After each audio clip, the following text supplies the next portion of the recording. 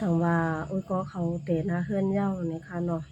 การเฮาเตะหน้าเฮือนในมันอำใจรองตั้งเด่นมันเป็นรองใหญ่แท้ๆค่ะเนาะมันเป็นจาปานคนเฮาค่ะเนาะ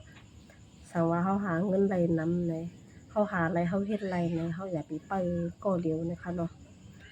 เหมือนว่าเฮาจะไปกินโผเฮาไปอำนั้นก็อย่าไปกินมีเฮาไกลนี่ค่ะเนาะเฮามาช่วยกันหาเฮามาช่วยกันเฮ็ดนะคะนะ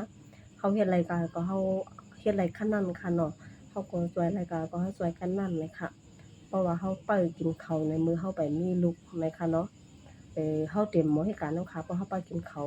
สังว่าวันหนึ่งเฮามีลูกมีหล้างมานำมาไหนจึงเฮาได้เร่งกันนำไรเนี่ยค่ะเนาะ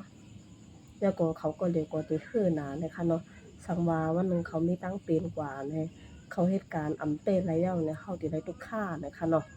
ก็นั่นแหละอย่าไปกินข้าวเหลวเฮามาช่วยกันเฮ็ดนะคะ พอดีหันถึงจอมอันคารับนั่นนี่ก็คนมาสองนะคะนะยันทางในขาเกียกสองเลยค่ะเป็นคนวันจันทร์นะคะอ๋อค่ะเป็นไม้สองนะคะเนาะเพราะว่าเป็นวันติดที่เป็นหนึ่งนะคะเนาะก็เป็นจันทร์ที่เป็นสองเพราะว่าเป็นอังคารที่เป็นสามนั่นนะคะเนาะเขาก็รู้ไล่ฮู้ไว้